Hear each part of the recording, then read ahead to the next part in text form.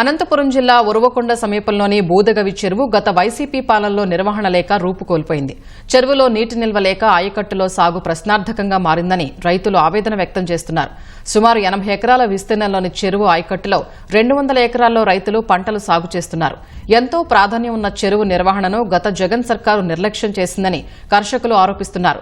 ఆధునికీకరణ పేరిట అరకొరగా పనులు చేయించి చేతులు దులుపుకున్నారని ఆగ్రహం వ్యక్తం చేస్తున్నారు. కూటమి ప్రభుత్వమైన చెరువు అభివృద్ధికి చర్యలు చేపట్టాలని కోరుతున్నారు.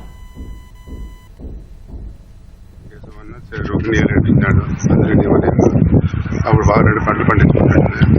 ఇప్పుడు వాళ్ళు 2019 వచ్చేసరికి అంత చెరువు పెంపినారు. ఆ చేనులన్నీ బీడు పడిపోయినాయి. ₹1 శాంక్షన్ కూడా స్వాహా చేసినారు. ఏమేమి పని చేయలేదు. ఇప్పుడు చెరువులో అంత చెట్లు పెరిగి ముళ్ళు పదలు పెరిగి చెరువులోకి పోయేకి రాదు. చెరువు అప్పటికి ప్రతి 4 ఏళ్ళు 5 ఏళ్ళ కింద బాగా ఫుల్గా పంటలు పండుతుండే. నీళ్ళు చెరువు కూడా తిప్పడానికి నీళ్ళు లేవు. పంట ఇప్పుడు పంట పెట్టుకునేది కూడా లేదు. తేమ వాన వస్తే చూడము, లేదంటే లేదు. బీడు చెరువులోని చెట్లు అంత రబ్బర్ చెట్లు అంటే కంప చెట్లు పెరిగి బీడ్ అయిపోయి నీళ్ళే నిలబడడం లేదు.